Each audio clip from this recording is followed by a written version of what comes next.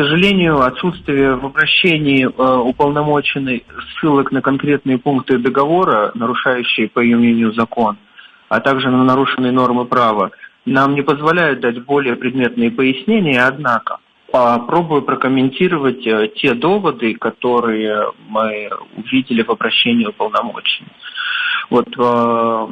Полагаем считать оценочным утверждение о том, что не является достаточным для защиты прав потребителя факт того, что договор предусматривает возможность направить в адрес Черноморэнерго предложение об изменении тех положений договора, с которыми абонент не согласен.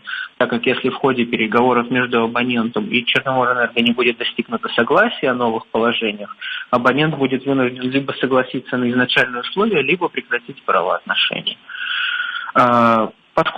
Поскольку описанная практика является стандартной для российской правовой среды в сфере договоров энергоснабжения для бытовых нужд, почему мы берем за основу российскую правовую среду?